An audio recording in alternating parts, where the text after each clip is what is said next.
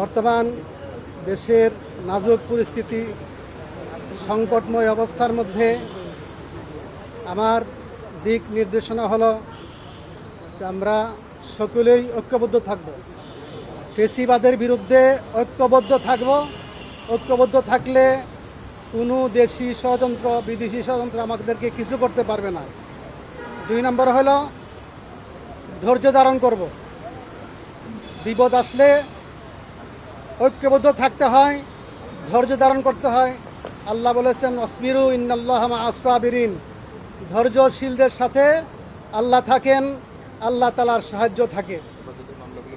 এরপরে আমরা বড় বিস্মিত হয়েছি জালেম সরকার কর্তৃক হেফাজতে ইসলামের বিরুদ্ধে প্রায় 300 মিথ্যা মামলা, যেমন আমাদেরকে হত্যা করেছে, আবার আমাদেরকে হত্যা মামলা দিয়ে হয়রানি করেছে। 9 মাসের ভিতরে 9 মাস হয়ে গেল, এখনো কেন মিথ্যা মামলাগুলো প্রত্যাহার হলো না? এটা আমাদের প্রশ্ন। আমরা পরিষ্কার বলতে চাই, আগামী জুন মাসের ভিতরে সমস্ত মিথ্যা মামলা প্রত্যাহার করতে হবে। আমাদের আরেকটা দাবি যা বলেছি সেটা হলো নারী সংস্কার কমিশন, তারা যে সুপারিশগুলো দিয়েছে, অনেক সুপারিশ সরাসরি কোরআন বিরোধী, কোরআন সুন্নাহ বিরোধী।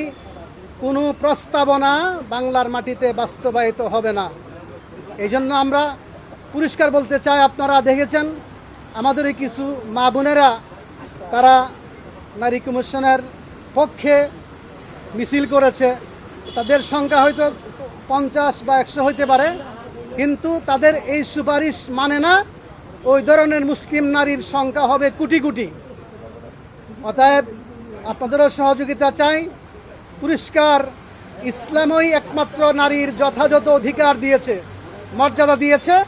আমরা কোরআন সুন্নাহ ভিত্তিক নারীর অধিকার এবং মর্যাদা বাস্তবায়িত করতে চাই। আমরা কথা বলেছি, শান্তি সৌহার্দ্য পরিবেশে কথা বলা হয়েছে। আমরা আশ্বস্ত করেছি যাতে করে উনি দায়িত্ব ঠিকমতো পালন করে যান। সাথে সাথে আমরা প্রস্তাব দিয়েছি সংস্কারের রোডম্যাপ করতে হবে। অনিষ্টকর সরকার চলতে পারে না, রোডম্যাপ দিতে হবে। আমরা বলেছি নির্বাচনের একটা রোডম্যাপ ঘোষণা করতে হবে। আমরা বলেছি দিন এই মুহূর্তে ঘোষণা করতে না পারলেও মাসটান্তপক্ষে আপনারা বলার চেষ্টা করেন। 1-2 মাস আগে পিছিয়ে 25 ডিসেম্বর পর্যন্ত আমরা বলছি 1-2 মাস আগে পিছিয়ে করে আপনি মাথা ঘোষণা করে দেওয়ার ব্যবস্থা করেন। আমরা বলেছি বিচার দৃশ্যমান হতে হবে।